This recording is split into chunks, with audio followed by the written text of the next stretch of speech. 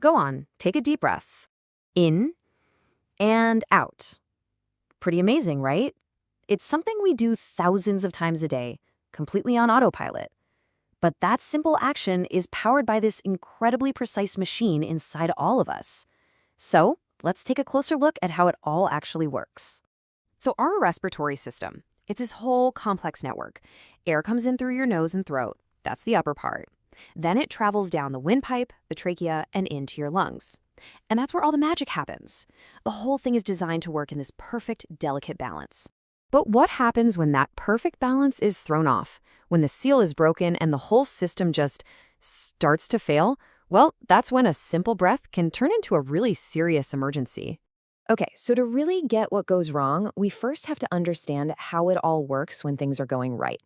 Here's a helpful way to think about it. Imagine your lung is a balloon, and that balloon is inside a sturdy, rigid box. That's your chest cavity.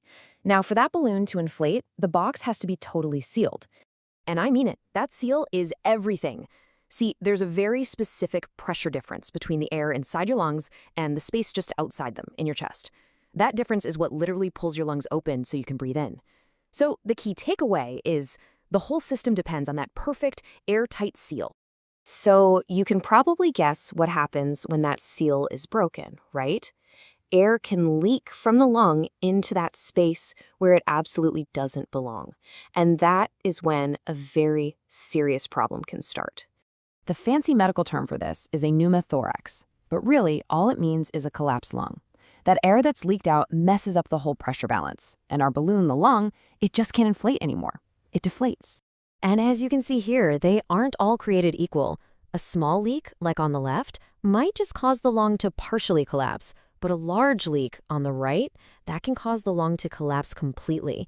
And if enough air builds up in there, it gets so compressed that it can actually start to push on the heart and other organs. And that right there is a true medical emergency. So what causes this? I mean, you might think of a traumatic injury, and you wouldn't be wrong. But one of the most surprising causes is actually something that's meant to help us, a medical procedure. Yeah, when a medical treatment accidentally causes a condition, there's a word for it, iatrogenic.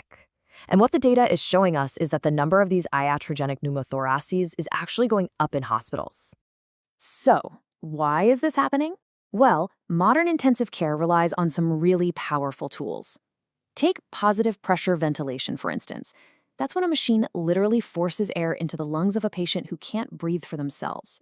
Or another common one is placing a central venous catheter. It's basically a big IV line put into a large vein in the neck or chest. Now, these things are absolute lifesavers, but they carry this hidden risk. Let's look at the numbers. The baseline risk across all hospital admissions is somewhere around 5 to 7 cases for every 10,000 people. And you might hear that and think, okay, that doesn't sound like a lot. But hold on, that's just the average. When we zoom in on some of those specific high-risk procedures we just talked about, well, the picture changes dramatically. For a central line placement, that procedure we just mentioned, the risk of causing a pneumothorax suddenly jumps to between 1 and 13%. That is a huge leap from the baseline. But here's the real kicker. Sometimes these procedures are tricky. What happens when a doctor has to try more than once to get that catheter into just the right spot? The risk just skyrockets. We're talking as high as 40%, almost a coin flip chance. It's just a powerful and kind of scary example of how a necessary medical tool can also become a source of a major complication. Now, it is really important to add some context here. While these incidents cause what doctors call substantial morbidity, which means they can make patients very sick and definitely extend their hospital stay, they are, thankfully, very rarely fatal. So you've got this problem of air being in the wrong place. How in the world do you fix it? Well, the solution is actually pretty elegant and surprisingly simple. You just have to get that trapped air out and put things back the way they were. And this is how they do it. For a large pneumothorax, the go-to treatment is to insert a chest tube. This tube basically acts like a one-way valve, allowing all that trapped air to escape the chest without letting any new air get back in.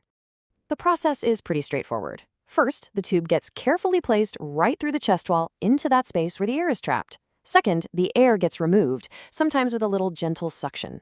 And then, finally, with the pressure all balanced out again, the lung can re-expand to its normal size, and the patient can breathe easily again. It's a really remarkable solution to a dangerous problem. But it kind of leaves us with a bigger question to think about, doesn't it? The very tools that save countless lives can sometimes be the things that cause harm. It's the central paradox of modern medicine. As our power to intervene gets stronger and stronger, so does our responsibility to manage the risks that come along for the ride. So how do we find that perfect balance?